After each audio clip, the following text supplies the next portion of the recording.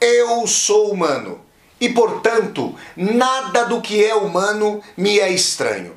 Assim falava o poeta e dramaturgo romano Terêncio, e assim falo eu, Flávio Ricardo Vassoler, escritor, professor e youtuber. E hoje, em mais uma resenha de livro aqui no meu canal do YouTube, Flávio Ricardo Vassoler, eu trago para vocês uma discussão a respeito do formidável O Fim do Homem Soviético, da escritora bielorrussa, de origem ucraniana, Svetlana Alexievich, que foi Prêmio Nobel da Literatura em 2015. O Fim do Homem Soviético, como eu logo vou começar a discutir com vocês, faz um panorama dessa que foi a maior promessa e a maior frustração, não só da história do século XX, mas de toda a humanidade, a União das Repúblicas Socialistas Soviéticas, fundada ali ao fim da Guerra Civil encarniçada, que contrapôs os russos defensores, os russos soviéticos defensores, os comunistas defensores ali dos bolcheviques, do partido capitaneado pelo Vladimir Ilyich Ulyanov, o Lenin, e os defensores da antiga monarquia czarista e do regime de fevereiro de 1917 que derrubou a monarquia czarista. Vejam vocês. Então vamos começar a falar sobre o fim do homem soviético, essa obra que traz uma pletora de vozes, trazendo à tona, representando as esperanças e os desesperos, as expectativas e as distopias ao longo da União Soviética, no seu apogeu após ali o fim da Segunda Guerra Mundial e no seu colapso no início da década de 1990. Eu já vou começar a falar com vocês sobre o fim do homem soviético. Mas antes, eu quero conversar com você que está assistindo a essa resenha. Se é a primeira vez que você está chegando ao canal, eu peço que você se inscreva aqui no canal, toque a sinetinha para poder receber as notificações e, ao fim da resenha, se você gostar do conteúdo do vídeo, dê um like no vídeo, curta o vídeo, dissemine o vídeo pelas redes sociais para que nós possamos chegar cada vez mais e mais pessoas, e deixe também aqui embaixo desse vídeo o seu comentário para que eu possa conversar com você. Tudo bem? Então vamos lá, gente. O Fim do Homem Soviético, obra emblemática da Svetlana Alexievich, essa escritora, nascida na Ucrânia, mas com identidade bielorrussa. Olha, eu quero dizer a vocês que as 5 obras já publicadas pela Svetlana Alexievich já foram traduzidas para o português aqui no Brasil e publicadas pela editora Companhia das Letras. Eu tenho aqui em minhas mãos uma versão aqui de O Fim do Homem Soviético, livro de 2013. Já foram publicados também A Guerra Não Tem Vozes de Mulher, que traz ali as vozes das mulheres que lutaram na Segunda Guerra, As Últimas Testemunhas, o livro que traz as vozes das então crianças que sobreviveram à Segunda Guerra Mundial da União Soviética. Depois, Os Homens de Zinco, contando a história dos soldados e dos familiares daqueles que combateram na guerra imperialista que a União Soviética moveu contra o Afeganistão do fim da década de 1970 e se arrastando por toda a década de 1980, e também Vozes de Chernobyl, esse livro relacionado à grande catástrofe da explosão de um dos reatores ali da usina nuclear na cidade ucraniana de Chernobyl em 1986. Além, é claro, de O Fim do Homem Soviético. Bom, gente, para a gente discutir a literatura da Svetlana Alexievich, Nobel de Literatura em 2015, é importante dizer que a Svetlana é uma escritora no sentido mais subversivo do termo e mais interessante e peculiar do termo em termos de transformação do papel do escritor e da escritora nesse sentido. Por quê? Porque a Svetlana é mais uma arquiteta de suas obras do que propriamente uma executora. Por quê? Porque ela vai entrevistar várias e várias pessoas que ela nomeia aqui ao longo deste livro, O Fim do Homem Soviético, e de seus demais livros. E essas pessoas comuns, pessoas como eu e como vocês, essas pessoas vão contar as suas histórias, vão dizer sobre as suas esperanças, sobre as suas frustrações, sobre o marco de sua vida micrológica transpassado pelos grandes eventos que marcaram o século XX, que marcaram a União Soviética.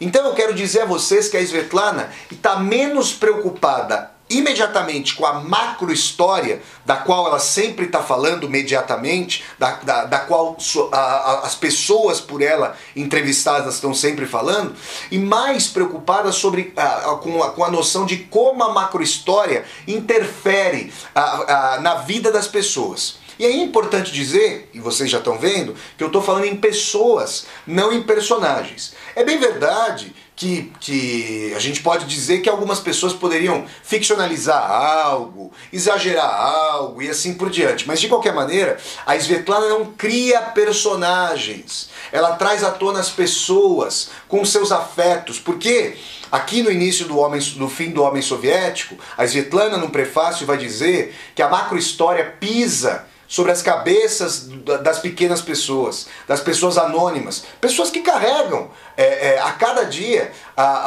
os pilares da história sobre suas costas, mas que na verdade são sempre esquecidas, ignoradas, em favor dos grandes líderes, em favor das grandes decisões. Então a Svetlana está preocupada com o chão sofrido da vida, o chão sofrido da história, o chão cheio de expectativas, daquelas pessoas que plantam flores e sobre essas flores, pisando nessas flores, vem tanques de guerra e coturnos, se esquecendo ali de todo o afeto, de toda a alegria, de todo o carinho, de toda a expectativa.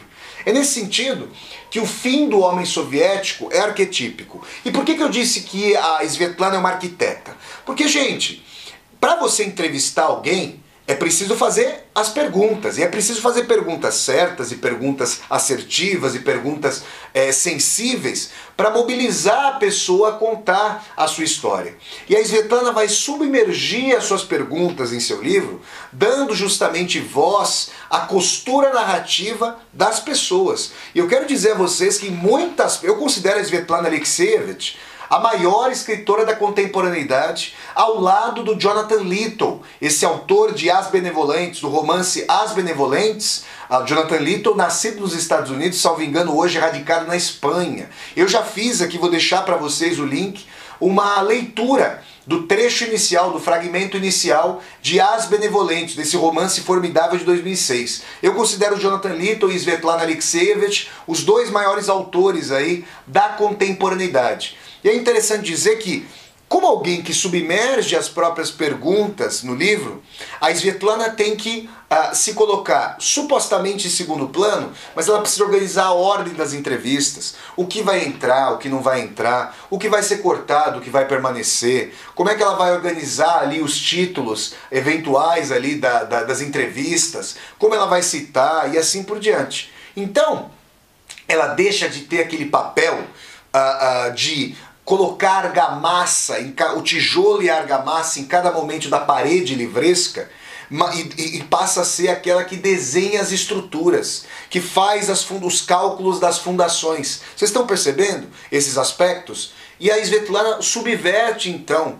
Ela vai dizer no começo de O Fim do Homem Soviético, no começo do fim de O Homem Soviético, ficou aqui um sentido até paradoxal, que o escritor vai mais historicamente voltado para o olhar, seja o olhar do imaginário interiorizado, seja o olhar em direção à realidade. Ela se conforma como uma escritora ouvido, que justamente vai ter que captar a fonia, as vozes das pessoas que entrevista.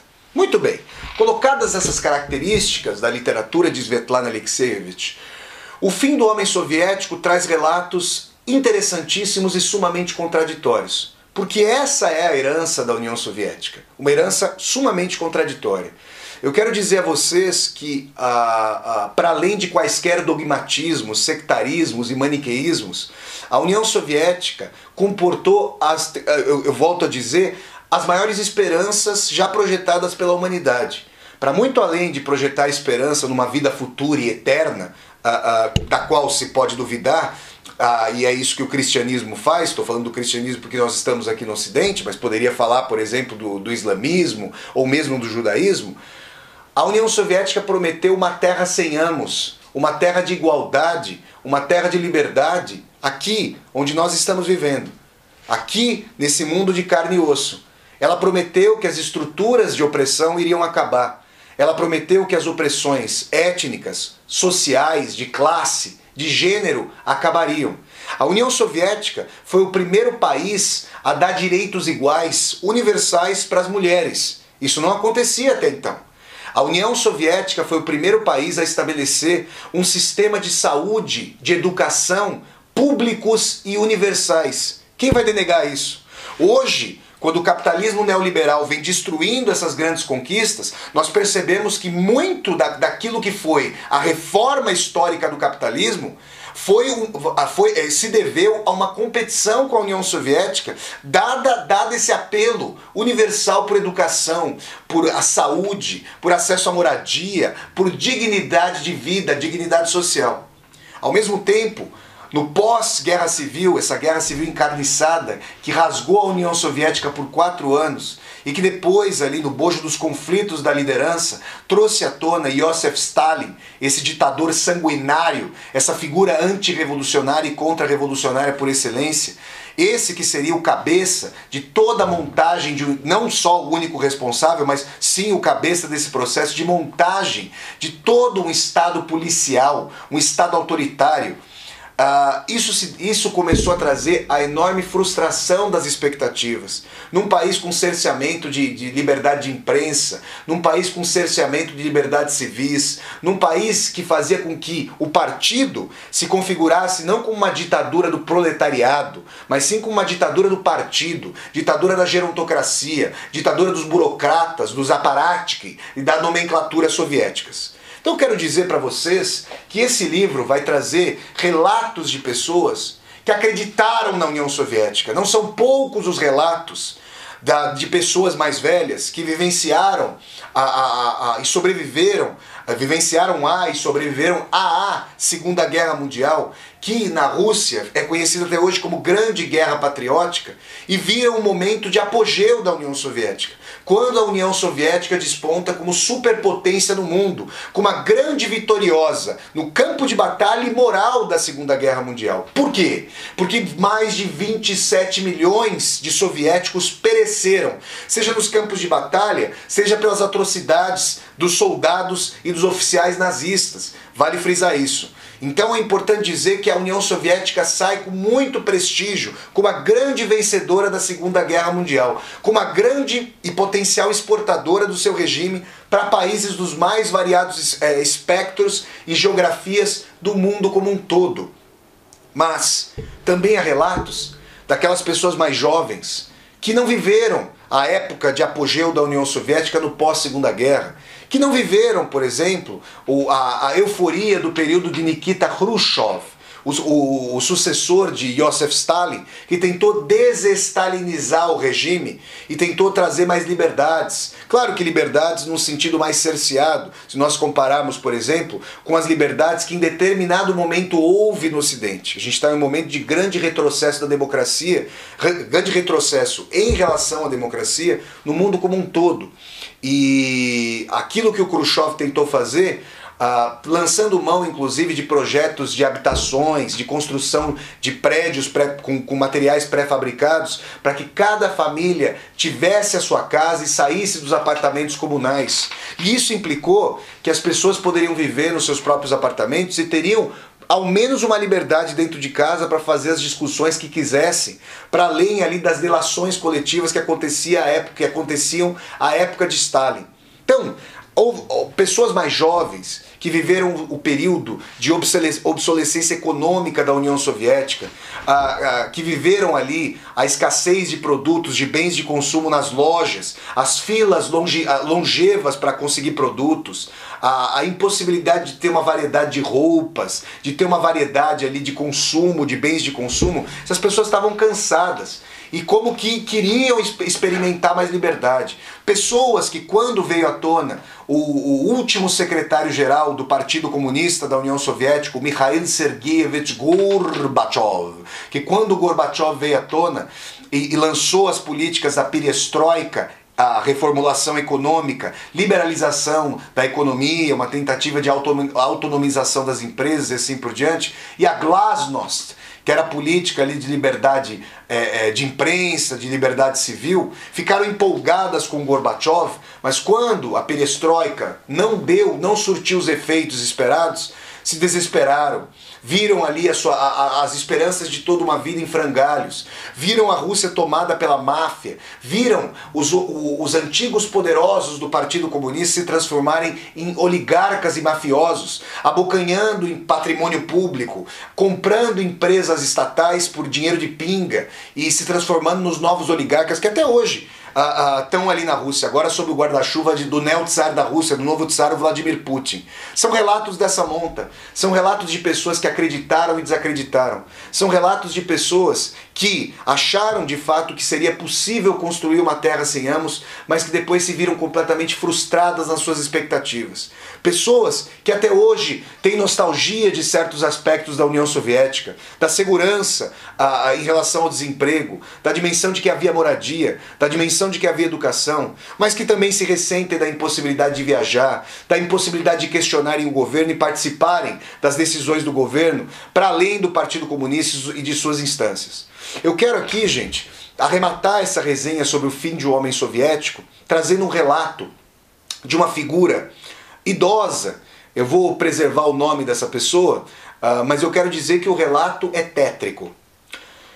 A Svetlana Alexievich, lá por meados do livro, vai entrevistar um senhor que foi um dos primeiros membros do Partido Comunista da União Soviética, logo no bojo ali do fim da Guerra Civil. Esse senhor, que morava na Ucrânia e depois foi se estabelecer em Moscou, era membro do Komsomol na época. Estou falando do começo da década de 20 ali, da juventude comunista. E ele chegou a dedurar, vejam vocês, um tio proprietário de terras, um chamado kulak, porque esse tio estava escondendo grãos do partido e do Estado, porque o partido e o Estado queriam pagar um valor de miséria por esses grãos colhidos com trabalho. E por estar escondendo, os comissários do partido foram até a sua propriedade, o mataram o tio desse rapaz, membro da Juventude Comunista e depois membro do partido. O irmão de sua mãe.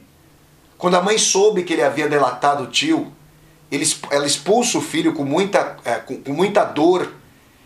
E esse senhor se lembra disso com tensão, mas ao mesmo tempo diz que era preciso fazê-lo em prol do partido. Que ele dedicou a sua vida a construir o socialismo e que ele não podia aceitar que, nas palavras dele, a minhoca burguesa, o piolho burguês tivesse vencido.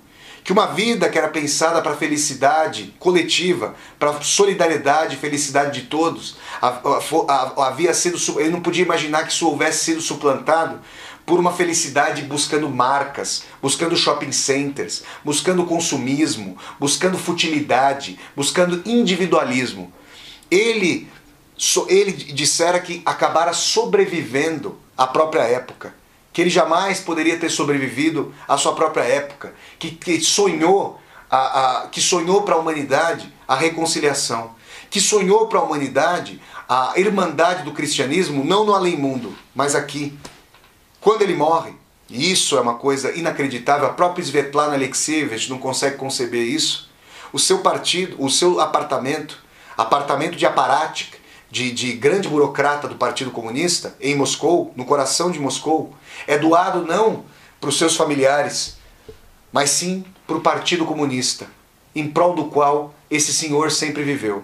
O mesmo partido que engoliu o seu tio, o mesmo partido que fez com que ele denunciasse o irmão de sua mãe, era o partido para o qual ele dedicara a sua vida e era o partido que acabara herdando o seu apartamento de aparatic.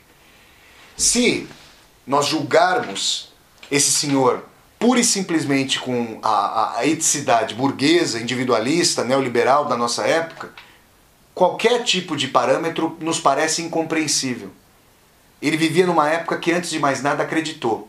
Essa crença na utopia levou ao esmagamento de milhões, a um banho de sangue, e ao mesmo tempo fundou estruturas de sociabilidade, num sentido histórico bem paradoxal e bem próprio à condição humana e à história do ser humano, com ardência muito grande no século XX, para a gente ter a dimensão do que foi o apogeu da União Soviética, o seu estabelecimento e também o fim da União Soviética, expresso nessa que é, para mim, a grande obra da Svetlana Alexievich, entre as 5 obras que ela já publicou, e todas, aliás, já foram traduzidas para o português do Brasil e publicadas aqui no nosso país. Essa foi então, pessoal, a resenha sobre o fim do homem soviético, obra de 2013, de autoria da escritora bielorrussa com origem ucraniana, Svetlana Alexievich, Nobel de Literatura em 2015.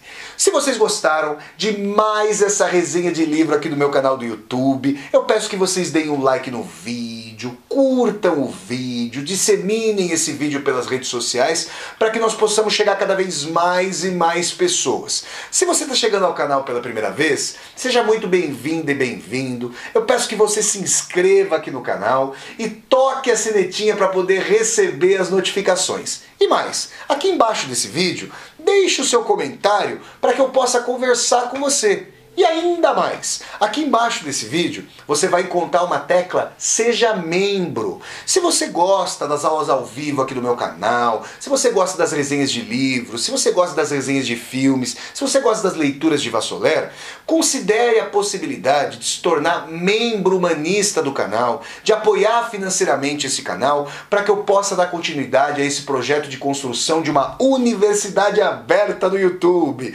Então é isso, pessoal. Até a próxima resenha de livro. As resenhas de livro acontecem todas as quintas-feiras, às 8 horas da noite, horário de Brasília aqui no Brasil. Então é isso, gente. Até a próxima e tchau, tchau!